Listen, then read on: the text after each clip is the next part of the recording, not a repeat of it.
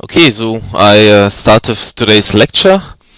So last time we ended up with this, so we had to look at the security issues in peer-to-peer systems, and especially I would like to remind you on one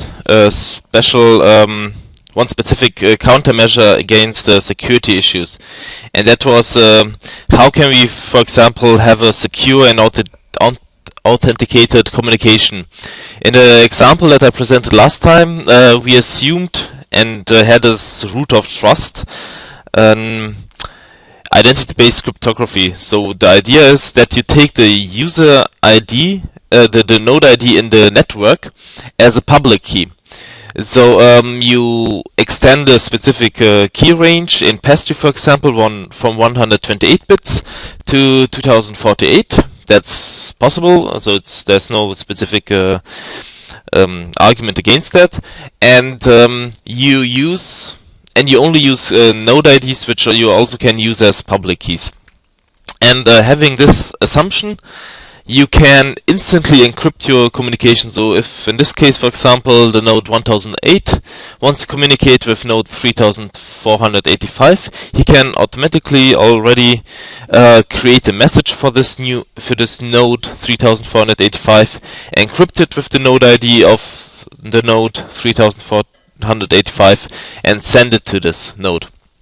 And all other nodes can also communicate the same way, and they can also be sure that once you transfer a message and you encrypt it for a specific node ID, only the node who receives it or who should receive it is able to decrypt it and read it. So you also have not just encrypted communication, so confidentiality, but also authenticity. And you can also sign your own messages with your specific public key, and with that guarantee that you are the sender of it. So very nice features. I want to extend now this observation to the question, how can we implement some secure and access controlled storage? So what is that? What do we need?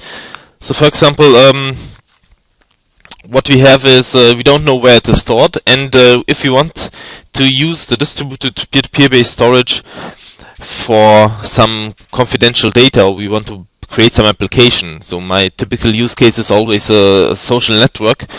Then we would like to, for example, put in our profiles, our pictures, some friend lists, that kind of content in a DHT.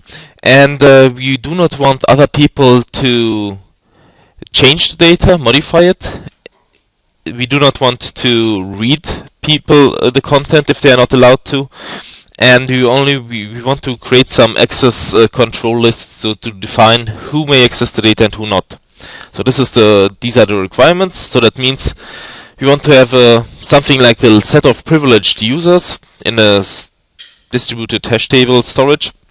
So we want to define who of our friends should be able to access, for example, some specific pictures. No other user should be authorized or should be able to read or modify the content. And we as an author should be authenticated. So we also want to somehow prove that we are the owners of it. So if we present some pictures to the friends, they should be able to identify whether it's from us or not. So the content integrity should be able to check whether the modification had been taking place, or authorship should be verifiable. Okay, so again, how can we pick up the idea from the beginning? So if we have the node IDs as public keys, then we can already use this information to really identify the privileged users and to create a solution that matches these requirements. What you also want to do, and what is important if you think of some secure solutions, is that the security should not interfere with existing mechanisms. So although you want to create some access control, you do not want to lose the replicability. So you want the objects also to be replicatable, which means that you do not want to take control where it is stored, where the data is stored, or how many times it is stored. So you want that the content should be still copyable to be replicable, and you want to find all the copies, and it should be independent of the security. So your security mechanism that you apply should not interfere with caching, with replication, with all these things. And this is also limiting already the range of solutions, so you cannot enforce some place for the content which you trust, for example. And one example to implement such a secure and access controlled DHT storage is the following. So just assume you have a shared item. So this is also one solution which was integrated in a bigger scope of an application which tries to implement some social network in a peer-to-peer environment. So just assume you have a shared item. This is something that is that you want to store in the network, and it has an object ID, and it has some header telling something about its to what kind of application it belongs, and you have the payload. That might be some profile or some picture or whatever. And what you want to do is to define a set of users who should have access to it, or who should be allowed to have access to it. So you create a new item, a new object, and take over the object ID, and then you take the payload and encrypt it with a symmetric key. So you have a byte array or a new payload which is encrypted. And now let's see how we can somehow give the symmetric key to the users who should have access, and to not give it to the users who should not have access.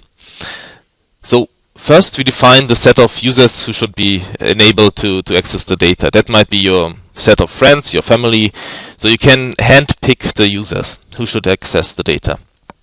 And because you know that their user ID or peer ID is also their public key, you already have basically, or you can retrieve their IDs, their public keys. And what you do is you take their public keys. For example, if you have in this case two users, user A and user B, and you encrypt the symmetric key that you use to encrypt the data from the payload. So you take the symmetric key and encrypt it with the public key of the users who should be allowed to have access to the content. And this data you attach to the encrypted item. So as you see, the symmetric key that you used is also stored later on in the encrypted item, which you later on store in the network, but only the users which have the corresponding private key can encrypt the symmetric key. So only they have access to it. And finally, what you do is you sign the whole content and tell that this is you are the author, and so that users can verify that it has not been changed over time. And this data object now you can store in the DHT. It can be replicated and copied around, and you do not care, because only the users who have the corresponding private key, so they can verify they are user A or user B, can decrypt the symmetric key, and with that decrypt the content from which is encrypted in the encrypted item. So this is a simple approach how to implement this distributed access control with access control lists. They are attached to the document themselves, and you can apply this approach to any kind of DHT to have a simple access control. Having a look at the costs, so obviously the overhead, that means the storage costs and the transmission costs, depend on the number of privileged users. So in this picture you see, if you have one privileged user, and this is an average, let's say, item size, so for example a larger profile picture encrypted, it would have this size. So the overhead is increasing with the number of privileged users that come into play, but you also see that looking at the absolute overhead of bytes, so in maximum with 200 users that you give the content free, you have 82 kilobytes more, 83. That's not really a big deal for that. So there's an overhead, and it grows with the number of privileged users, but because typically in these scenarios you do not have too large hand-picked lists of users who should have some access, this is still a usable approach. It would be different if you would have groups or sets which goes into the thousands or 10,000s, but for that kind of approaches, for that kind of problems, you could also have some group-based key membership, so that you do not assign keys to one single user, but you could also create some group keys, which you can also then use as to assign rights to the groups. If you look at the time, so this is also reasonable. So here you see again the number of users and the encryption and decryption time, and what you see is the decryption time is quite stable. Doesn't matter how many users you have. That is because you only want to decrypt the symmetric key once and the content once. So you only decrypt basically once the content, but the encryption time is there. You have to create to encrypt the symmetric key as many times as many users you have. But still, so for practical users and for practical applications, the end decryption time is still manageable. So this is small but quite useful approach to implement distributed access control in any kind of DHTs. Coming to a new topic, a new kind of problem, which is very popular especially in Germany. There, so privacy is basically the concern to keep your private data only known to a small number of people, and you do not want to give information from you to other people, so you just want to restrict the information that others have from you. In Europe and especially in Germany, it's very highly considered. In other countries, in USA or Japan and Korea, it's much less the case. So especially in the US or in this Asian countries, the idea is that you take into account, so you just accept the benefits that you have out of giving your data free, so that you have more convenient applications, and you do not care for the advertisements or whatever you might get, or that somebody's tracking your life. Okay, so of course, why is it an issue? So this issue comes up with the digital world. So previously, in the physical world, that wasn't a big deal. So if you wrote a letter, then you closed it, you closed the door, nobody saw what was happening. If somebody was recording something, it was just a single copy and they could not distribute it. But nowadays, if in the internet you are leaving traces, you are also with your mobile phones, you are leaving traces where you walk around and to whom you communicate, and this is all traceable and storable and retrievable also after years, and also analyzable. And the issue is, so what kind of problems might occur? So if you are somehow unluckily on a Facebook picture with somebody who's committing some terror acts afterwards, then you are suspicious. And if you have too many suspicious, a too high suspicious point, basically, if you collect too many information or too many hints that you might be also some attacker or whatever, although you are not, then you might still be somehow mistreated by the government or by companies or whatever. So it's interesting and important to also consider the issue of privacy. And how can this be done? So what kind of typical approaches are there? So first of all, just to limit the information that others have from you. Encryption is one approach, so that although you store your content, you want to encrypt it. And you do not, and you also want to have somehow control of the data that is stored about you and to know what is happening with your data. Anonymity is a little bit different, and that is basically the approach how to reach privacy. So the idea is, if you want to hinder other people to create some information traces of you, just choose different identities. So they might create traces, but they do not know to which physical person it belongs. Pseudonyms is the approach for that, basically.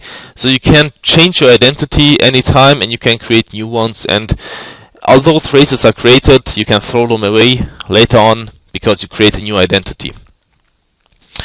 But still, it's not that easy. So even if you have pseudonyms in the internet, you are still accessible over one IP address typically, and if you start some illegal actions, then in the worst case, so if you would download some, not download, but if you would upload some illegal content or media files, still the record companies might record your IP addresses. They might ask the ISP, internet service provider, to tell which user belongs to it, and they might get to know who you are.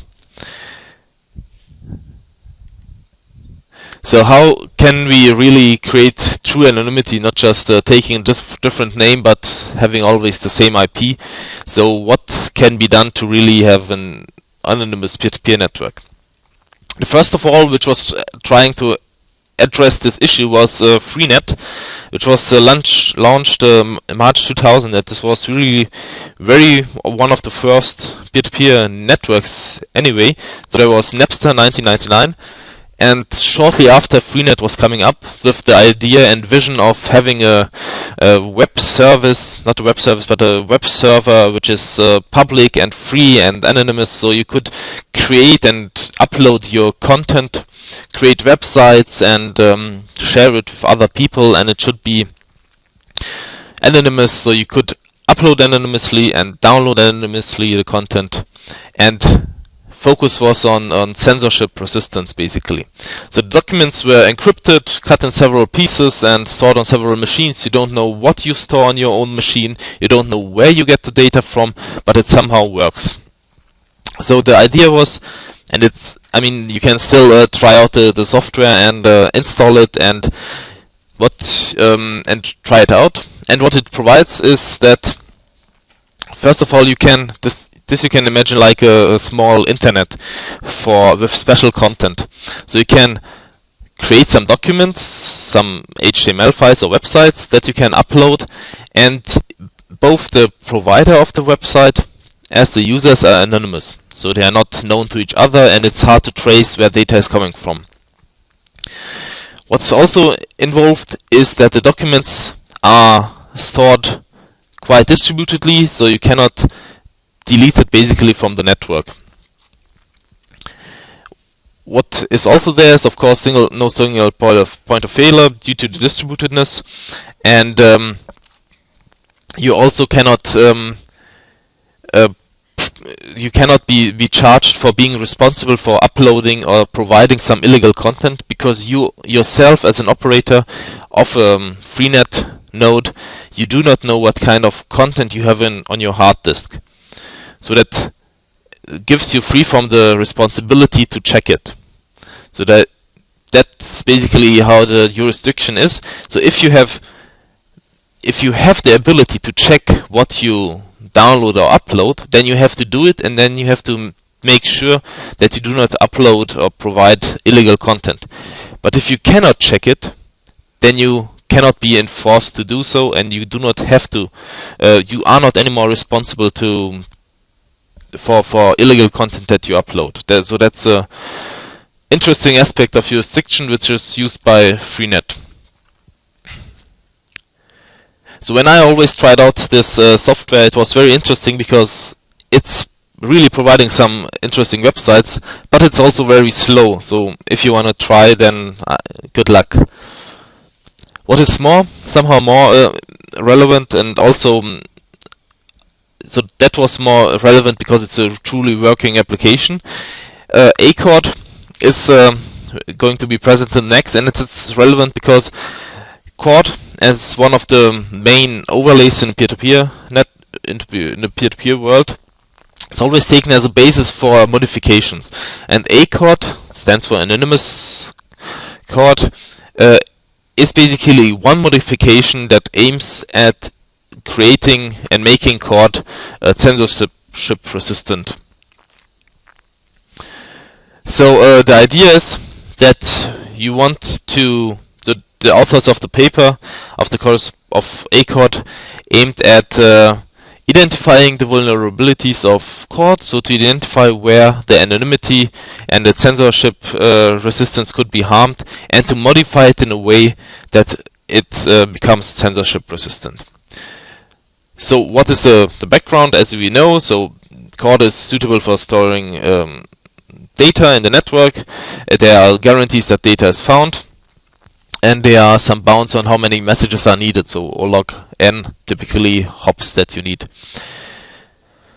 Other anonymous networks, they don't have these guarantees on the data lookup, both on the performance and also on the retrievability. So in Freenet, one issue is that some less popular data, which is not requested enough, is somehow disappearing.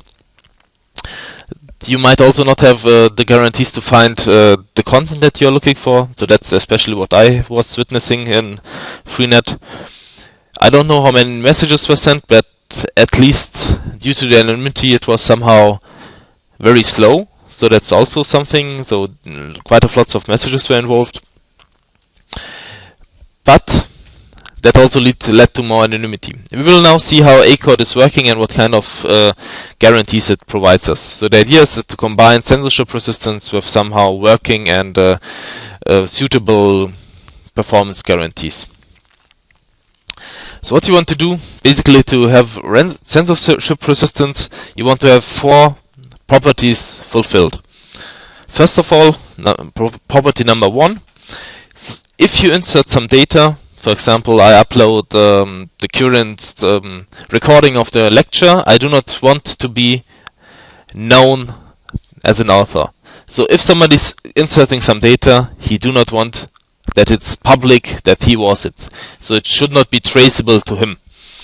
This is probably interesting in some countries where you cannot freely state your mind and political issues, so you can still would be able to upload your opinions and views without being able to be charged for it. The same applies for retrieving the information. So if you want to retrieve some data, then it should not be identifiable and should not be provable that you were the retriever of the documents. It's also in some countries important where you want to basically learn about some aspects and you are not allowed to. In order to implement this, and we also saw with the security issues, is that we have to take care that new nodes cannot freely choose for which documents they are responsible. So we had the issues with the Sybil attacks and Eclipse attacks that applying them, you can somehow create many virtual nodes around a specific node ID and then become responsible for that area. So that especially is addressed to not being able to be implemented. So what you want to do is that new nodes should not be able to pick the area which they are responsible for. And the 4th property is that although you have a DHT network which is responsible for matching peers to object IDs, you do not want to have the ability to really identify which node is responsible for a given document. So we will see how this is then still implemented. The idea behind that is, if you would know which node is responsible for a given document, you could attack it with specific denial of service attacks, for example, and to make the document unobtainable. So that means you implement somehow with data censorship. Especially the last point is not fulfilled by Chord, because in Chord you always look for the peer who is responsible for a given document. Here the request is, and the property is, that you do not want to find the peer who is responsible for a given document, but you want to just retrieve the document or the value from the network. So what is both common to Achord and Chord? So first of all, Achord is using the SHA-1 hash of the IP address. In Chord it was still somehow, it was also proposed, but it was still free to the user which node ID to choose. In Achord it is enforced that you have to use the hash of your IP address, and that means that you cannot freely choose where you are placed in a network. So you will have to prove that this IP address that you have is matching to the node ID that you have. So this is property number 3. That means that you cannot, choose where you want to be placed, so that you become responsible for some specific objects. What is also implemented, and what's the idea is that although you have a finger table of the size O log n, Achord still limits the knowledge about this, so you cannot freely use it. We will see the protocol how it does it, but the idea is by limiting the access to those nodes, to your fingers, you somehow approach more this property that you are not able to find out which node is responsible for which document. And what is also done, so in Chord, defining successor and basically creating your finger table list is the fundamental operation. And there is the operation find successor in Chord, which basically starts a lookup for your own ID, which gives, once you are not joined yet, and then you get the node which will be your successor. In Achord, you somehow limit the usage of the find successor, and you only give this information free to not all nodes, but to only the one that is privileged to do so. So we will see how the protocol works. One biggest important difference is that in Chord we have the function to find nodes responsible for keys. So we want to get the node ID, basically the contact node back, which we can ask for the document. And in Achord, if you have an object ID, then we want the document back, and we do not care where it's coming from. So let's see how the main protocol changes are. First of all, so the creation of the successor list is modified by not revealing which the real successor is. So it just assume that instead of getting to know which is the successor to a specific node ID, you just get the link. So you just get the tunnel for it. So the find successor, that you can also think of the specific lookup operation. So if you start the find successor operation with a given object ID, then you get the node which has the ID 1, which is basically the next node with a higher ID, and this node is responsible for the object ID.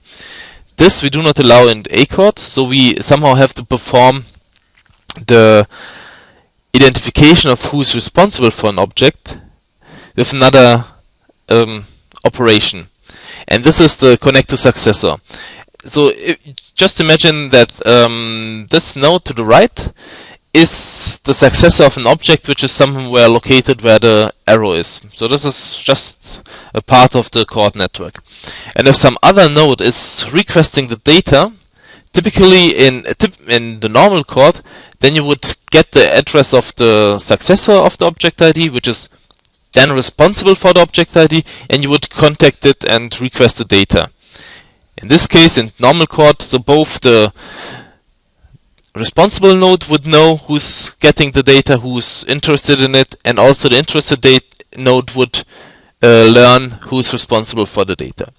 In Achord, the point is that on your way to the successor, so if you consider your finger table, there you have already some context, for example this node in the middle.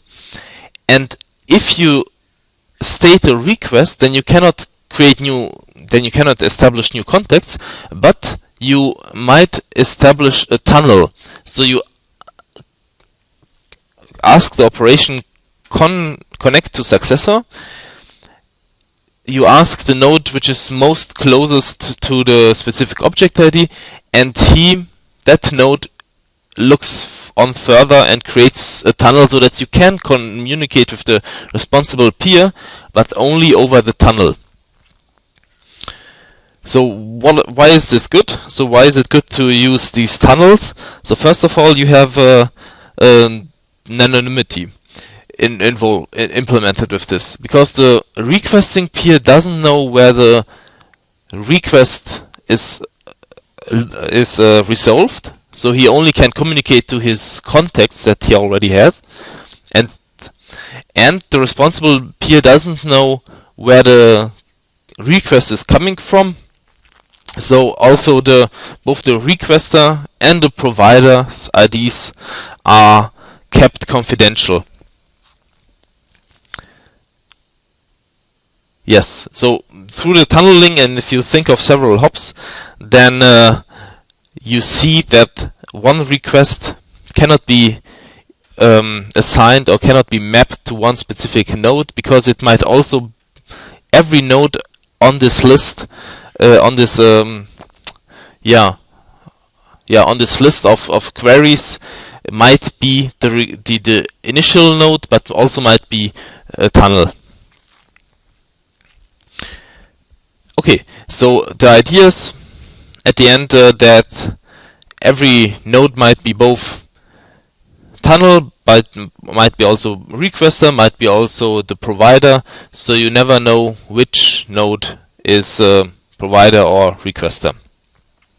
And this approach works both for retrieving and inserting keys. But what has to be changed is the maintenance procedure, so how you maintain your finger tables, basically. Just as a recall, so how did it work? In order to join in Chord, a new node started the find successor with its own ID. In this case, and also previously, you can put synonymously the operation find successor with the lookup operation, because both of them give you to a specific object ID the node with the next higher ID, and this one is responsible for the specific node. So if you wanted to join and you looked up your own ID, you got the node which was the next one basically in the list, sort of the successor of the object ID. And that node you contacted and told, yes, I have this object ID, I want to be placed here, give me my ratio and my interval which I'm responsible for. However, by this approach you could also somehow go through the network and identify which node is responsible for which areas. So that's why in Achord it's restricted. What you can do is, if you really want to know your successor and you want to join the network, then you can call this find successor, and you can also verify that you really have this node ID by showing your IP address. However, not every node is answering, so if you just imagine the chord ring and you start the find successor operation with a given ID, you can prove that you have that specific node ID because you have the specific IP address. You can also show the hash, and only the node which is really having that specific ID is allowed to call this find successor operation. So that means that once such a query has been stated, it cannot be forwarded by hop. So it has to be provided and resolved iteratively. That means you state to some of the nodes that you know, find a successor request with your own ID, and then you get one node which is closest to it. And then you ask that specific node with the find successor operation to tell you which node is closer, and that specific node answers you again with one closer node. So you always, as a new node, have to iteratively ask the nodes in the network for your successor, and they answer with one node closer to it. So you always come closer to the specific node ID that you are looking for. And they only do it if you can prove that you have really the corresponding ID. Yes, and this second rule is telling that you are in charge as a new node to really state the requests, because only for you, if you can prove that you have the ID, they answer.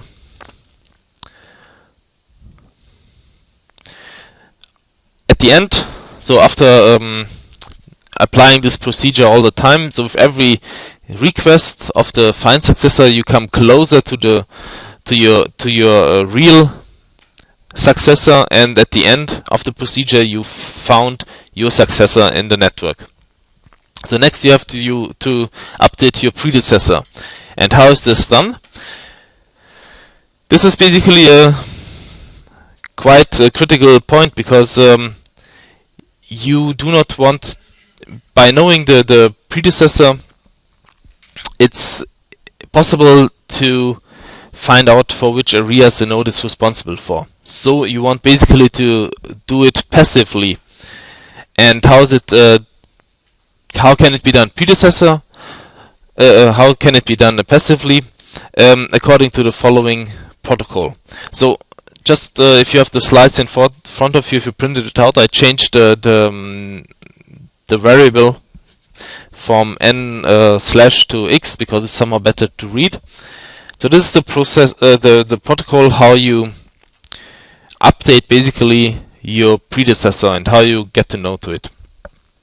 So just assume we have a network, we have a ring, and x is the successor of n.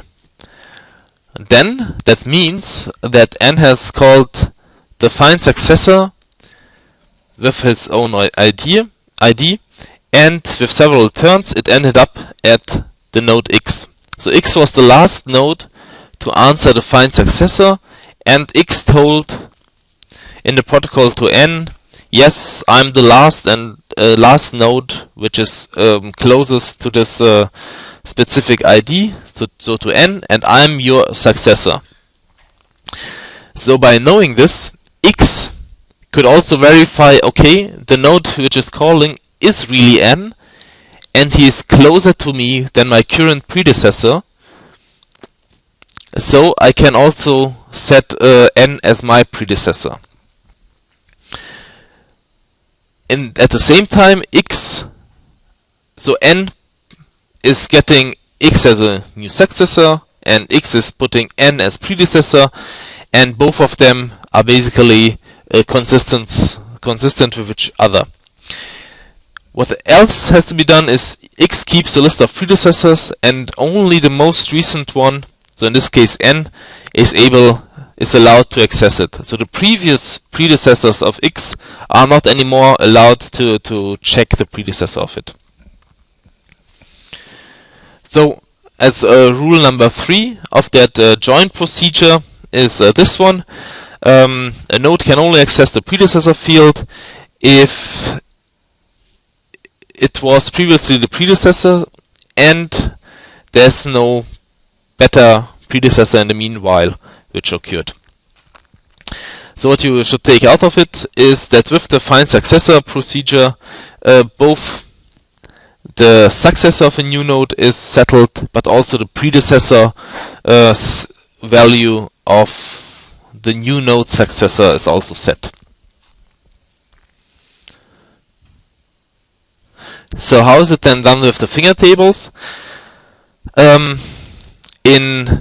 Chord, you have also this find successor, so the lookups basically for every finger table entry. So in Chord, you remember you have the specific finger IDs, which is your own ID plus 2 to the power of I, with increasing I, and you looked up the peers responsible for that specific finger IDs and using the find successor operation, and you got some contacts in the network, and these were your fingers. In Chord, this is replaced by following approach. So if a node n has a finger table of logarithmic size in accordance to the number of nodes in the network, it is doing the following. So assuming you have already a filled finger table, then you pick randomly one from it, and you ask that node. So you pick the randomly you pick the node M, and you ask it, okay, node M, do you have a better match for the index where you are currently at? So my index, that's the I in the calculation of the finger ID. So my own ID plus 2 to the power of I, and I ask the node, the current one, do you have a better match? So M can check whether it's really so the node which is asking him is really node N, so that you can verify. And if it has a better match, then it replies. If it doesn't has a better match, then it doesn't reply. So you do not learn something about the network in the case that you are not really required to learn something about the network. So you can always just improve your own status. So you improve your finger contacts by contacting your previous finger contacts. So with that, you cannot crawl the network and just ask for random contacts and to learn basically which nodes are responsible for what. But you can only contact the contacts that you already have, and they only answer you if you are really allowed to get a better match, basically. So this is rule number 4 for the maintenance, basically, that the finger tables are only updated by your previous finger contacts using this find best match. So it gives back a new IP address, so a new contact, and only in the case that it's really a better one. So you cannot somehow misuse it to learn more from the network that you would be allowed. What you could do in Chord, for example. So you cannot collect too many IP addresses of other nodes because it's somehow limited. The operations that you could use for it are limited. Okay, what's so on one side you see that with Achord you have somehow the anonymity due to the you cannot find out which node is requesting data, which node is answering for some lookup requests. Only you can look up documents basically, or content, but you do not find out who is sending it, and you also cannot learn more from the network that you should not learn. Still, there are some drawbacks. You could attack Achord if you would have access to a large number of IP addresses, because with that you can become more. You get more nodes. You become responsible for larger domain areas. So document responsibility areas, and that would be an attack. Still, the question is how to detect that you are having various IP addresses and you are placed at different points in network. It's difficult to identify. Another drawback is also that if your node ID is bound to your IP address, then if two nodes are behind one specific net, then they would require to have the same IP node ID because they have the same IP address, public IP address, and somehow it's not clear how to deal with it. So if you have various nodes with the same IP address. Okay, what somehow might be a problem, if you see the messages that are transferred, they are not encrypted, so keys and node IDs might be guessed. So if you are placed at several places in the network and you just create a protocol on all the messages that are passing by with all this tunneling information, so where messages are coming from, where they are sent to, then you might somehow find out which nodes were interested in which other content. And once the network is stabilized, still the nodes with creating this, with asking for better fingers, might learn about each other by knowing, okay, this node is where the nodes are specifically placed. If I know that a specific node is interested in some specific finger, then I might reveal for which area it is responsible for. So that might be also some limitation. And another limitation is that its Achord is not really used in practice, because probably the use cases are missing. I'm not sure. People are, as it was said in the beginning, are not very aware of privacy issues. So you would need an application that requires strict privacy, and it would require somehow distributed storage. Then it might be used, but in practice it is not used. So still, it's an interesting approach how to add censorship resistance to Chord. It has 4 basic properties it wants to reach, and for that it has also 4 basic modifications which turn Chord basically in that variant Achord, which then allows you to have this anonymous inserting and retrieval of information, and you cannot pick freely your position in the network, and you cannot learn more about the network that you would be responsible to. Still, the trade-off is there. So it provides anonymity and it limits the node's knowledge about other nodes. Still, it's has some performance drawbacks also. It's also not very used. So there's really a trade-off to have a application overlay which is very performant, very anonymous, and also very useful.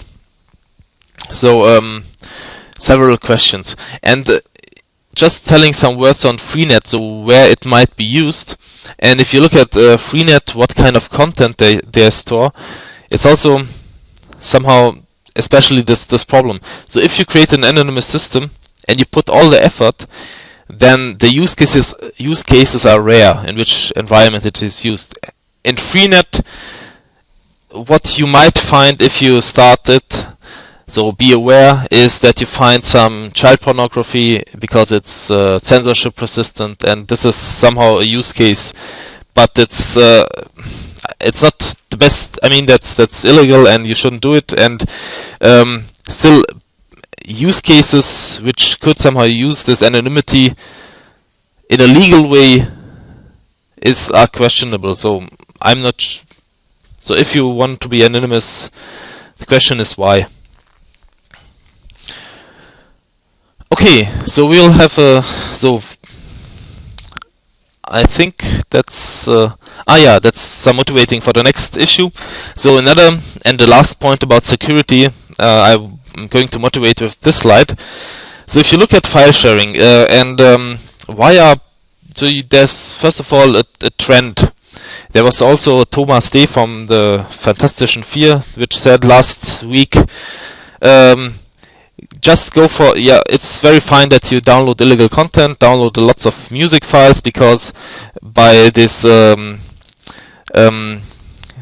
charges and suing of the record industry to individual users, only the record and media industry is benefiting out of it, and lawyers, but not the artists. So they ask the people to download content, but this rapper also said you should download content, but don't use peer-to-peer. Interesting. So that he really was giving some advice which technology to use. And the idea is that really the record companies are going for individual users, and in Germany it is. I don't really. So in Germany the case is, as I know, that you are allowed to download content if it's not obviously illegal, but what is obvious? But you are not allowed to upload it. So that's why it's easier for the record companies to really go for the peer-to-peer users, because they are also uploading in the meanwhile while they are downloading, and so that's why they can be sued. If you use some web-based streaming portals, then you are not illegal as a user. So the approach of the record industry is basically to sue individual users which use this P2P software to download files. So also BitTorrent and Pirate Bay was very popular with it. And so they try to somehow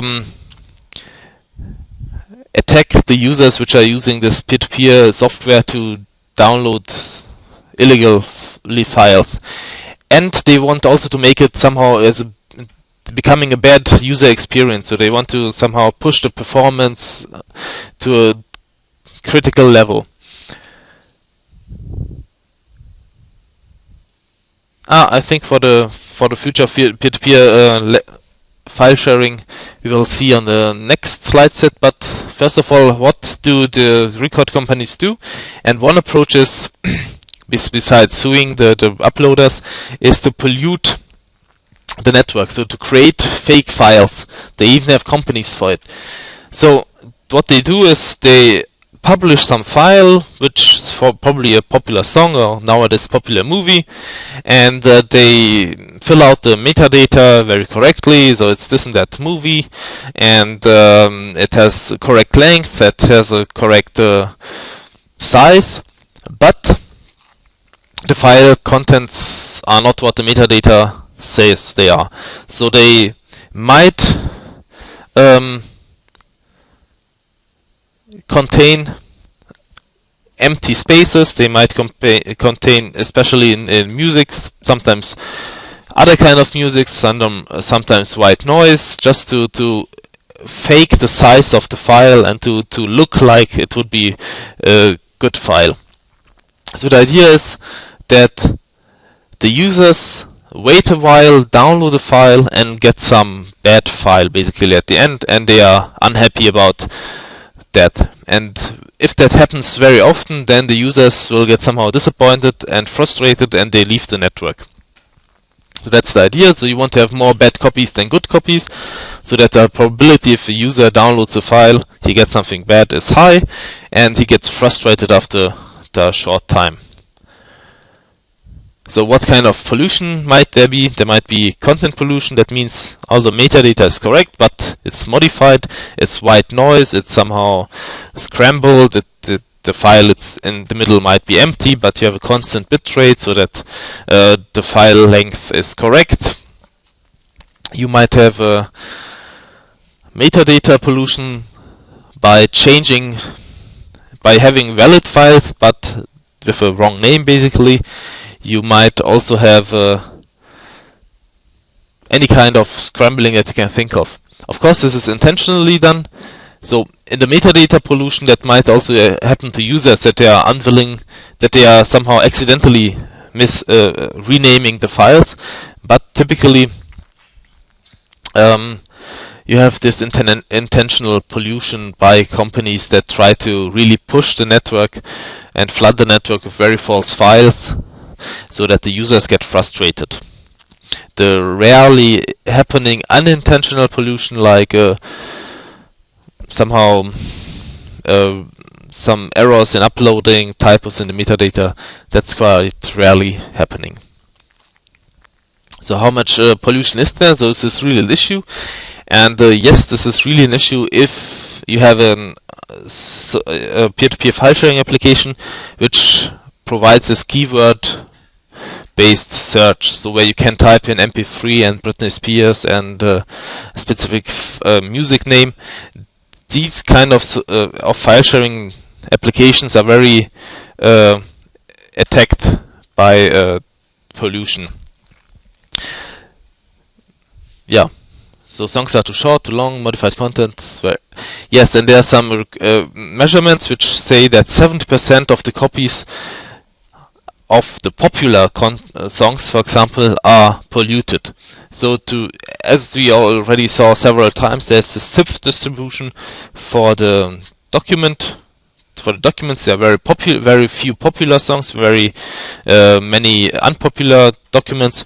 And if you only pollute the very popular ones, then you already have a high effect on frustrating the users.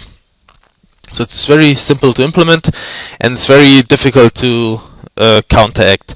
So what you cannot do is you cannot integrate some rating, for example, that you say this source is, or this file is valid and I'm happy with it, because if you have a keyword-based search, it's very difficult to, you could somehow show the best rated files first, but also there you could have some attacks on, and new polluted versions appear very fast, so it's really flooded. What can be done is, of course, you can detect it after downloading, so or while downloading. So you download the file, you identify it's somehow a bad file, so you check the hash content, and you do not upload any more bad files. So you could have some. So you first get the file, you check whether it was correct, and then you do not upload it. But it's very, you still lost your bandwidth, basically. What you can do without downloading is that you only download files from people you trust. You could have integrate some friendship relationships and trusted relationship, like Web of Trust, some reputation, so that you link the reputation and validity of a file to the validity and reputation of a user. But that's also very limited, because you assume that you always have that you have similar taste, like trusted people, but probably you don't have a similar taste. So what do you do in that case? So you anyway need to download from unknown people, and that doesn't help. Okay, so that was the slide set for the security. We will continue with content distribution and multimedia streaming. So as we saw up to now, we had the issues and the topics on P2P overlays, and then on security, so storage was a big issue. And now we are going more to what is really the main application area nowadays in the peer-to-peer world. It's not just in research, but also really in industry, and this is content distribution and multimedia streaming. So content distribution might sound like file sharing, and it's also very much related to it, but to reach industry it was renamed. Now it's content distribution, also of legal content, and multimedia streaming is adding a touch of more real-time experience to it, so you can also watch the movies or listen to the music while you are downloading it. So we'll have a look at BitTorrent, which is very prominent and basically the most used peer-to-peer application nowadays. Then we will have a look at content delivery networks. This is something how content might be also delivered, but not purely peer-to-peer. So just to give you the motivation that distributing content is really a big issue nowadays. So if you think of YouTube, it's generating lots of traffic, and if you think of other kind of multimedia streaming, then you see the large amount of traffic to be transferred to a set of users, and that's why popular problems are really peer-to-peer video streaming, mesh-based, tree-based, what is adaptive video streaming, and one peer-to-peer streaming application, which is also integrated now in Wikipedia, is called Tribler, that we will have a look at. Okay, so I will motivate the outcome of BitTorrent now. So of course, you know there are lots of peer-to-peer file sharing applications, and this is from a slide set from Dick Epema. He is a professor in Delft, so he was also very much involved in the creation of Tribler, and this is the biggest peer-to-peer project, European project, which was ever funded and still is funded with, I think, 20 million euros, with the aim to create a peer-to-peer based streaming application. So what's the history of both file sharing and where we come to? So basically we had June 99 start of Napster. Then there are basically two conferences which are somehow coming up, peer-to-peer conference and also the international IPTPS. What's that for? Good question. So just the history, what happened. So Napster came up. 3 years later BitTorrent came up. In the meanwhile there was Knutella and it failed miserably. And there was a little bit of Kazaa, but BitTorrent was basically the big shot which came up. And then you also the trials and suing started. Supernova, a tracker, was closed down by the record industry. YouTube came up. And Netflix, did some of you ever heard of Netflix? So who's knowing Netflix? Oh, 1, 2, 3. That's good. So that's very a big thing in the US, and we will really see why that this is really a big thing which is tightly related to content distribution. Pirate Bay has been sued, and but somehow there's also, as I will show you, so in the beginning it was a lot of peer-to-peer for content distribution, but YouTube is web-based, Netflix is web-based, some popular peer-to-peer conferences going down. So somehow the shift is that you need content distribution, but industry is still not knowing what to use at the end. So what is the big motivation for content distribution? So first of all, that you have the capacity now to do it. So in the beginning, 1988, it took you 40 days to download a 500 megabyte movie in a reasonable quality. Nowadays, or not even nowadays, I mean that's also not the highest speed that we have. You need 20 minutes or even less. So you have now the bandwidth to stream and share multimedia content. And if you have a look at the backbone usage in North America, this is from March 2011, so very recent one. There you see the green one is peer-to-peer, so it's stayed somehow stable. And there's a trend towards real-time entertainment. So what does this mean? This means real-time is streaming, so that you want to have content in real time as you press the play button on your screens. If we have a look in Europe, so peer-to-peers, they are still dominant, but not anymore the 60% like it was years ago. And real time is somehow also very strong, but it's not increasing. So why is it in the US increasing? It's basically, if you have a look at the traffic consumption according to the applications. So there you see basically two applications. Just having a look at the downstream. There Netflix is most popular. This is something like YouTube for TV series or for movies. So you can just watch the series that you want to see. In the US, it's only limited to the US, so that's why it's not doesn't have that big impact in Europe. But what you see out of it overall is that you have a high ratio for this real time, for the streaming, for content distribution.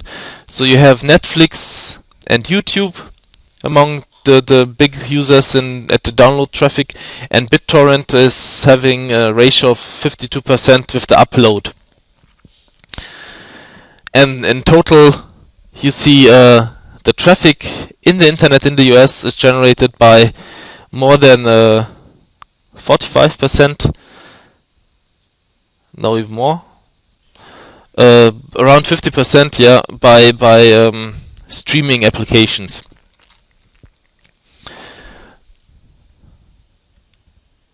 And here you also see the relevance to really discuss how BitTorrent is working, because it's so prominent.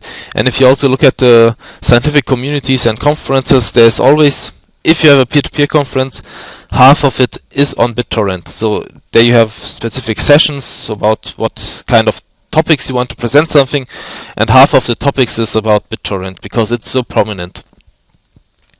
So let's see how BitTorrent is working and what is the main benefit in comparison to the previous ones like Gnutella and Kazaa and these variants. So in BitTorrent you have basically 3 roles. You have a tracker. This is also what so let's see what it does. So it's not content sharing, so it doesn't provide you any content. And this is also something what Pirate Bay did and what was their motivation in the trial, that they are not offering any kind of illegal content. They are just managing the information about the swarm, and this is all peers involved in exchanging data basically. So what you have is you have one swarm per file, and this is managed by the tracker. So the tracker always knows who is in that specific swarm, offering or downloading parts of the file. So it knows the status of the downloaded data per user basically in that swarm. And you have the seeders and leechers. The seeders, they have the complete copies of the desired content, so they are not anymore downloading, they are only uploading to the interested users. And the leechers, they have incomplete copies of the desired content, and they try to download the missing chunks. So chunks is a good good word to say to pick up. So in BitTorrent you have typically large files like movies, for example, 700 megabytes, and you split it up in chunks, and a chunk is a part of the file of the size 256 kilobytes.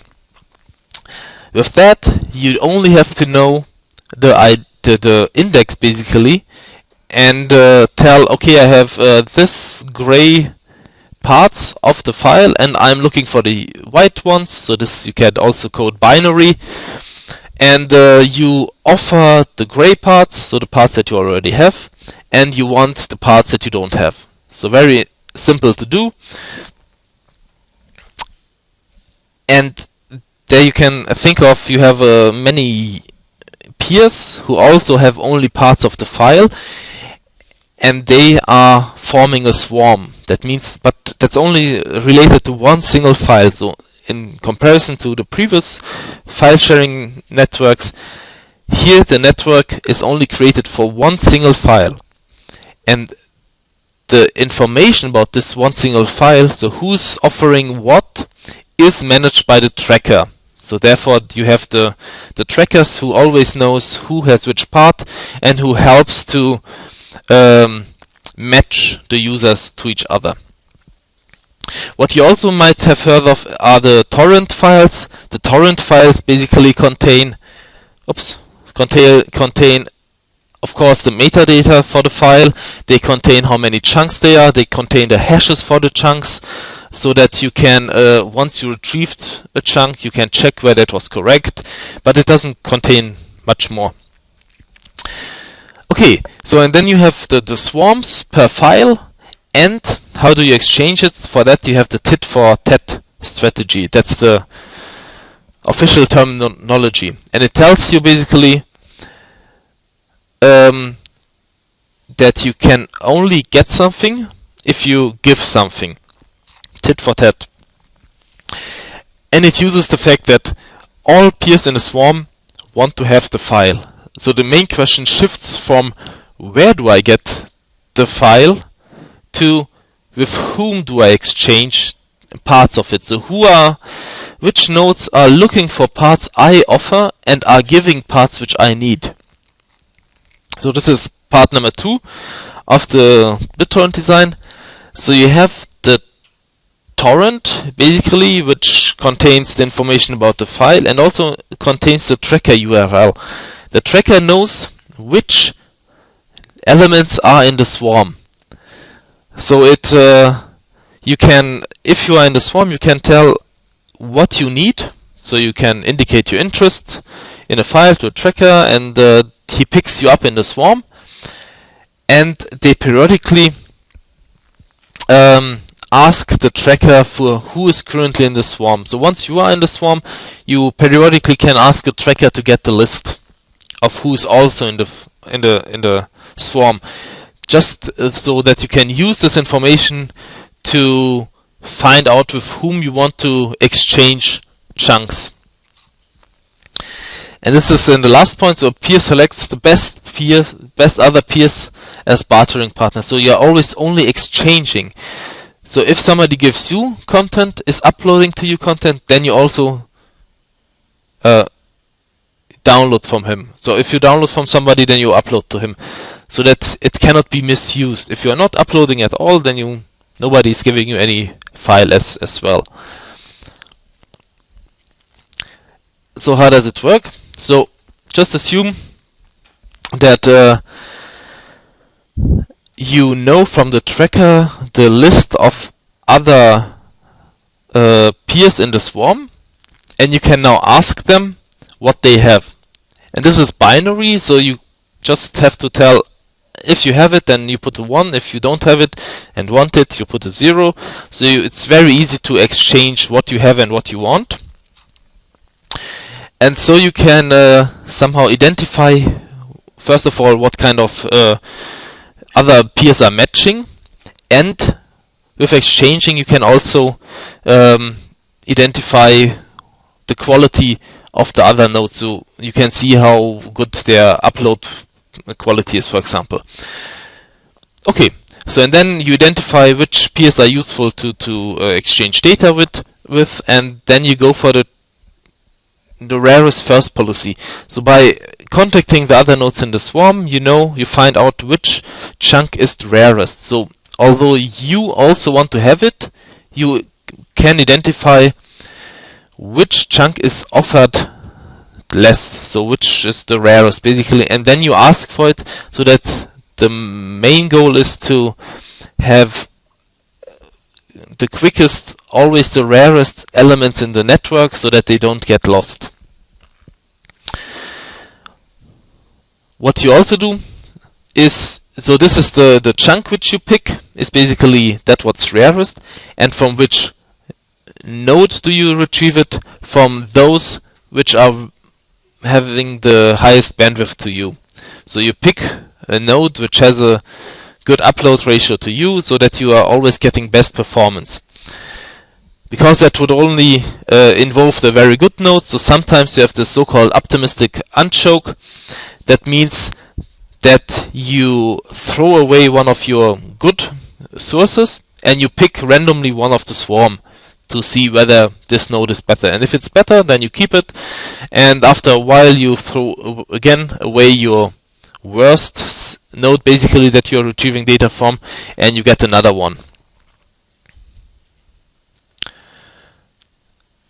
So very simple strategy, very simple approach.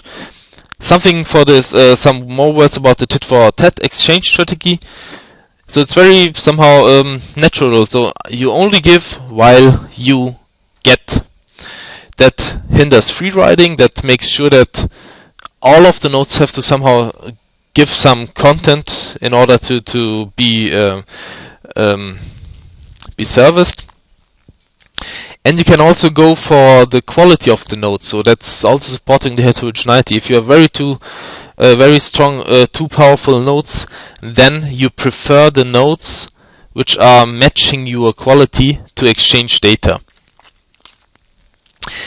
Something more to say about it. So typically in BitTorrent you have only 4 nodes that you exchange data with. So you have only 4 slots which you fill by their quality.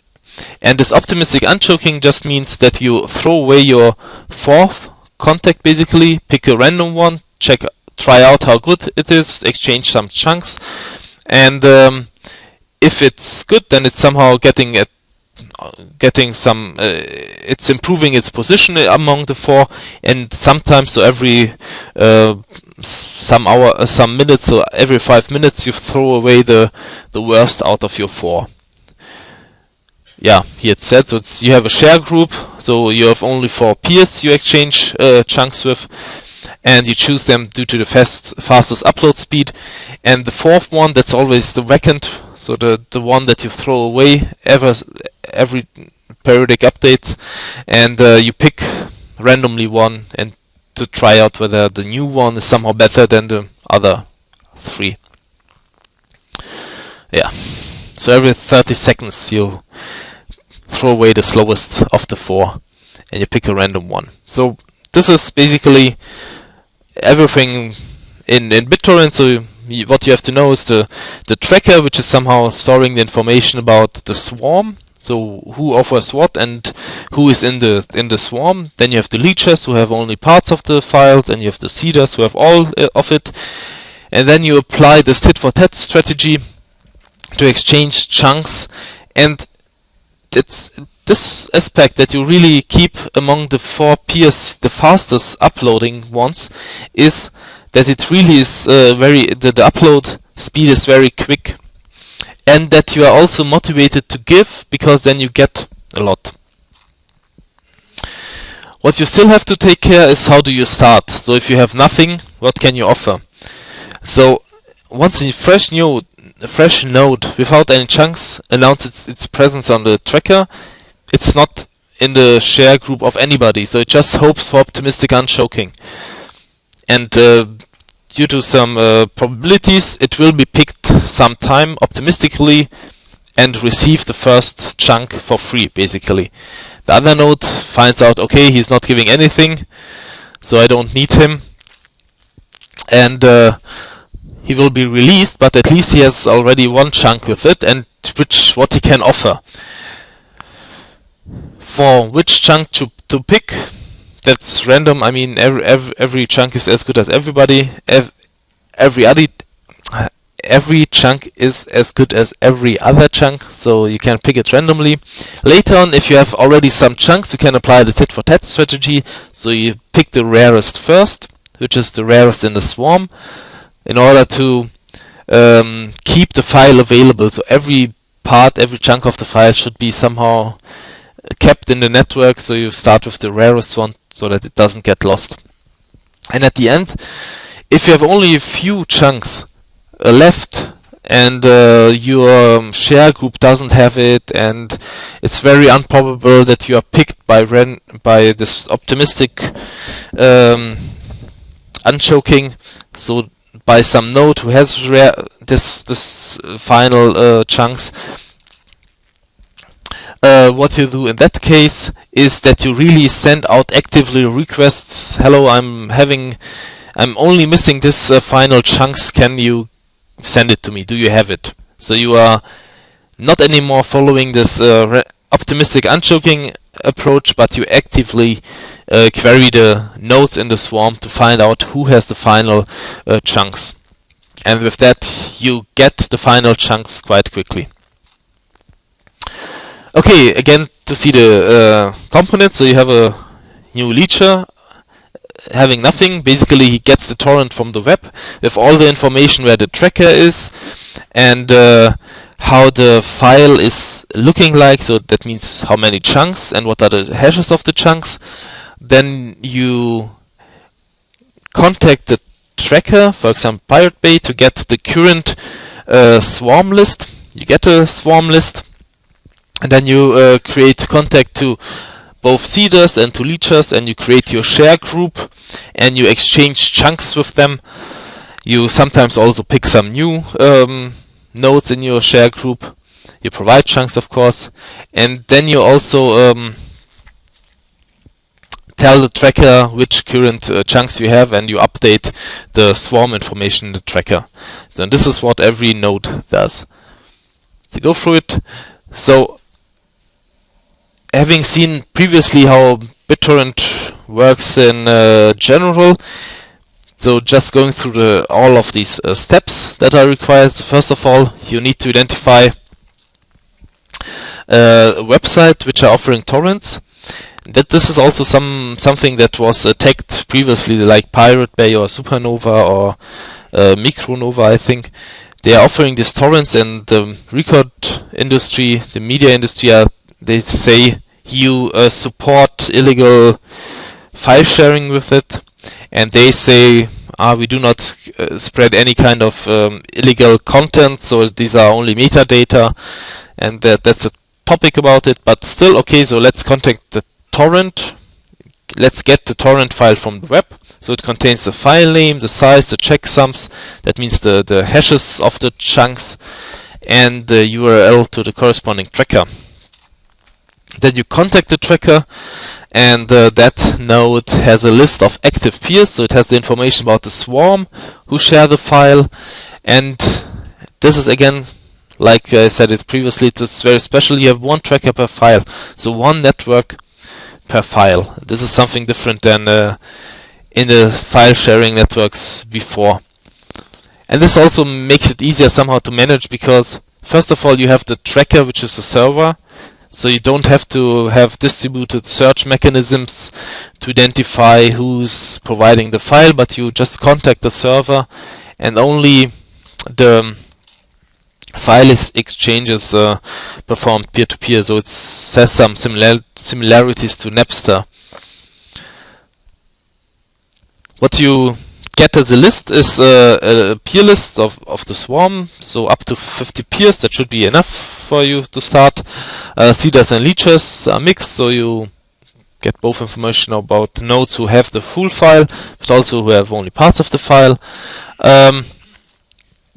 And because it's file related, the swarm, and it's only linked to one specific file, you can exchange your content, your chunks, with every other peer in the swarm, and you can of course parallelly download it.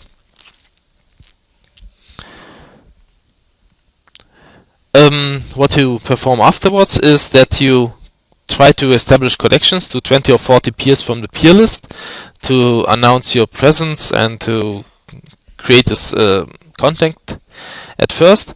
And then you try to estimate the bandwidth capabilities, so to find out how well they can upload files. And with that you can use, for that you can also use to the information. So if you send to those nodes what you offer and what you have, and they answer you, you can somehow estimate how fast they can send. And you create a prioritized list. Out of those you choose the 4 best to create your share group and to exchange your chunks. There might be various replacement strategies. One of the most popular is this optimistic unchoking, that you always throw away your 4th every 30 seconds and pick randomly one to see whether there's a better one. Okay, and then having your share group, you ask for specific chunks according to the rarest first policy, and you download the chunks from others and you upload. And how do you know the rarest first policy? This is from contacting the 20 or 40 peers in the peer list. There you already have a view on which chunks are rare in the network, so that you can already know from that. The 6th point, and that's the pre-last, is the provide chunk step. That means, of course, you get some data, some chunks, and you also upload some chunks. It might be slow in the beginning because you do not have any chunks to provide, and you have to wait for optimistic unchoking so that other nodes pick you up and give you something for free. But once you have a few chunks, then you already can choose some peers who really want that chunks, and you can offer something for their new chunks. And finally, you can upload your current state to the tracker periodically, so that new nodes who join the swarm are already informed in the peer list about your capabilities and chunk offers. And so these are the very simple. So that's basically it to BitTorrent. Very simple approach. So you have this 3 types of nodes involved: leechers, seeders, and a tracker. You have the tit-for-tat strategy optimistic unchoking, and that's basically it. And it's performing very well. It's also used for in World of Warcraft to distribute updates. It's used in, of course, to distribute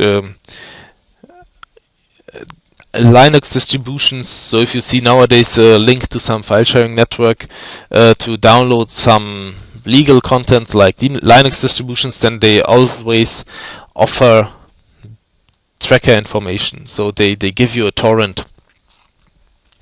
And one point and reason for the success of BitTorrent is that it's really easy to understand and also easy to predict in its performance.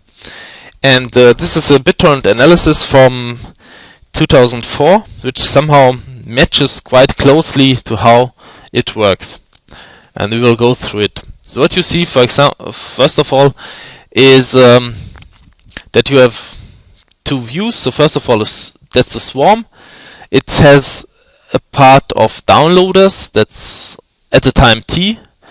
So that's x of t, and y of t, that's the number of seeders. So the seeders have the whole file, and the downloaders, that are the leechers, they have only a part of the file.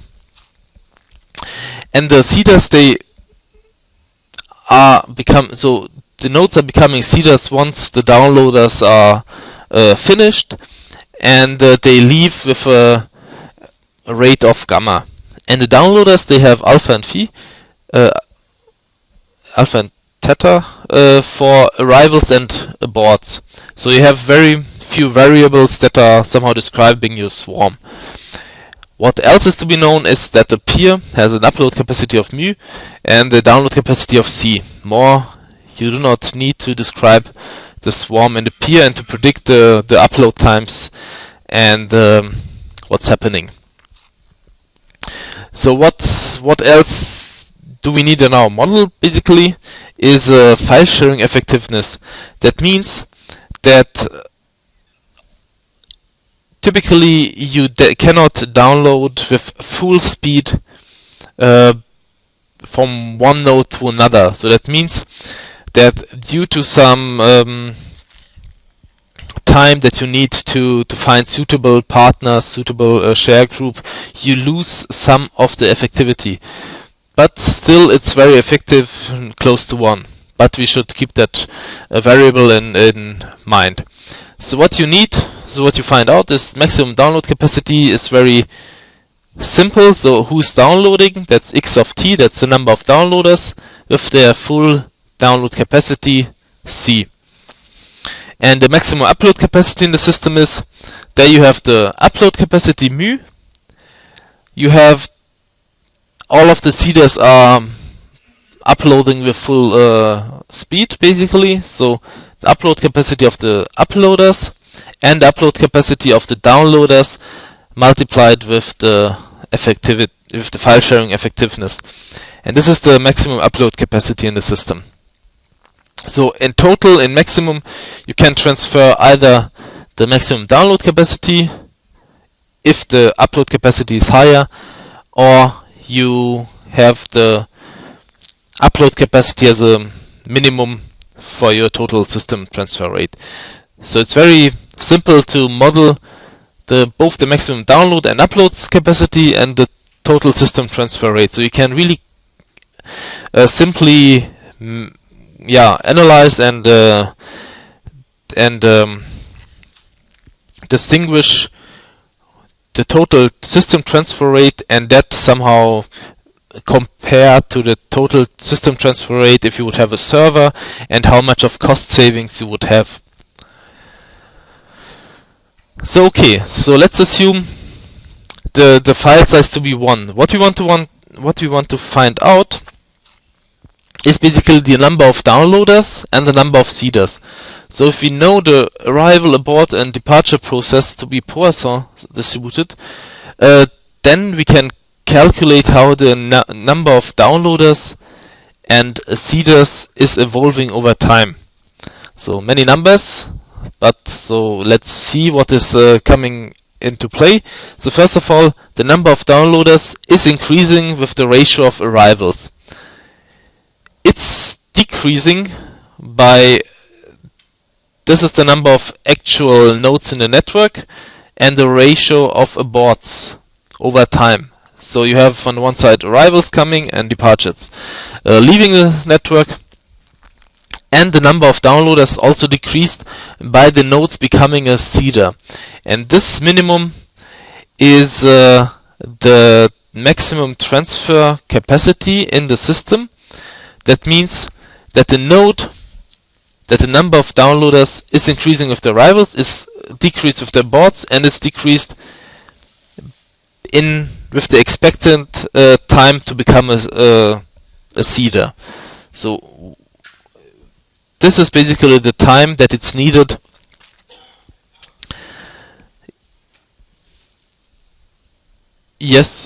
to become a seeder over time, and this is how the number of downloaders is basically modified.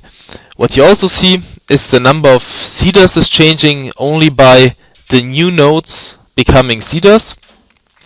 This is basically this part, so the total transmission capability of this network and the departure of the seeders. So it's very simple basically to predict how the network will behave. So you can calculate the transmission capabilities of the network, both upload and download, and the number of downloaders in dependence of arrivals, aborts, and departure variables. So it's very predictable what happens, and it's very predictable how much cost savings probably you would have in comparison to a server.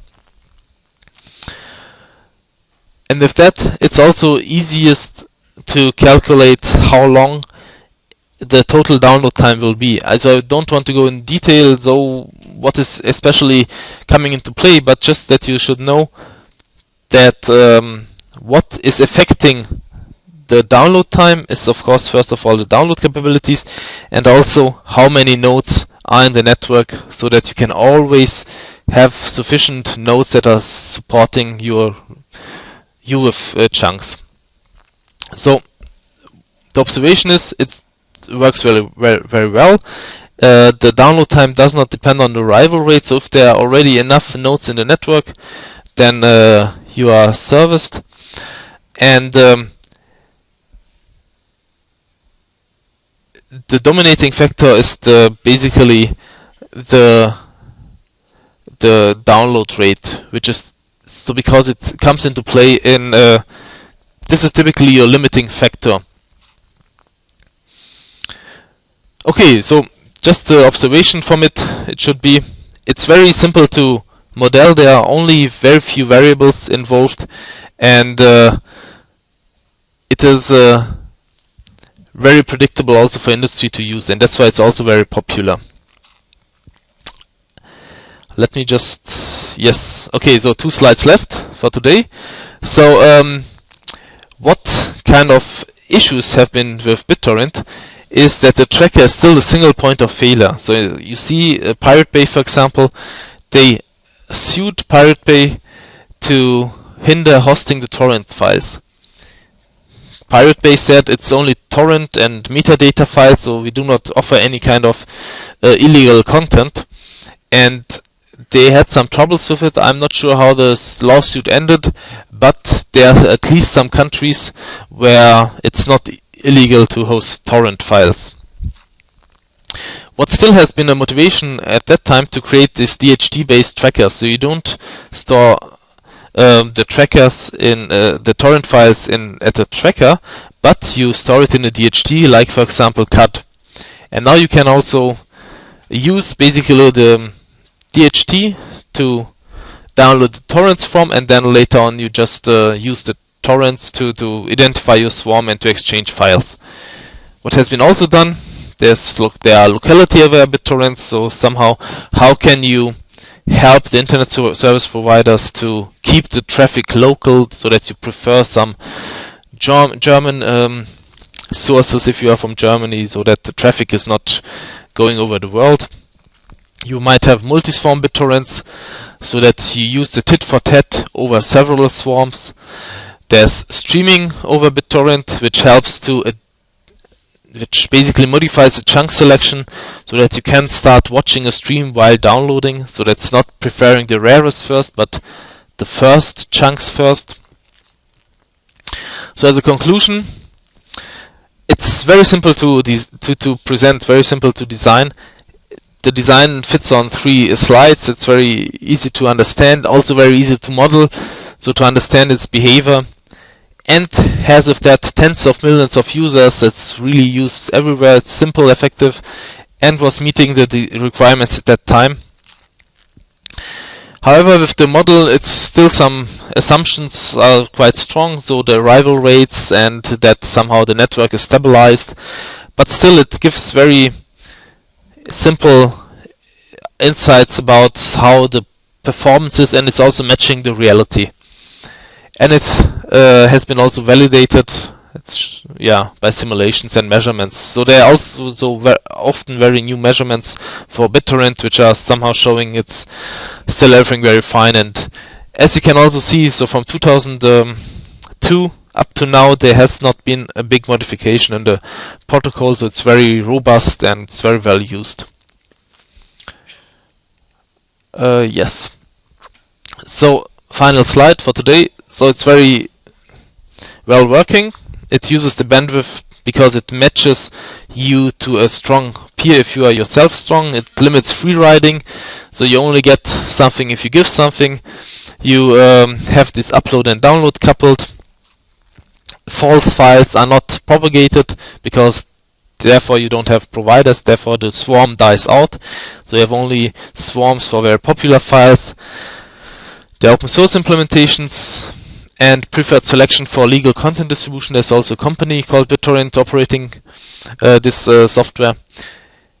What are the drawbacks? So it doesn't work for unpopular and small files. So there, if you have small files, then the swarm is not really existing. So the seeds who are offering the files might leave the network because they already have it, and so you don't have that availability.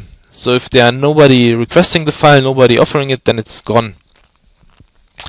What you also need is, if you have the central tracker server, it might be a single point of failure, and it's also a problem of scalability. So if the tracker is managing too many swarms, it's also problematic with the robustness, because somehow the nodes might, if they leave the network after becoming a seeder, so after finishing the download, the availability of the data might be at risk. Okay, some malicious attacks at leechers might happen, but it's not so prominent. I mean, it's still very well working. And centralized trackers might be a problem, but you can also decentralize it. It's not a really big issue. If you have more interest in BitTorrent, so I mean, that's really a big community project. There are several BitTorrent implementations, so have also a look at that wiki. And yes, so thank you very much for today. So next time we'll continue with the further topics on peer-to-peer content distribution. So thank you.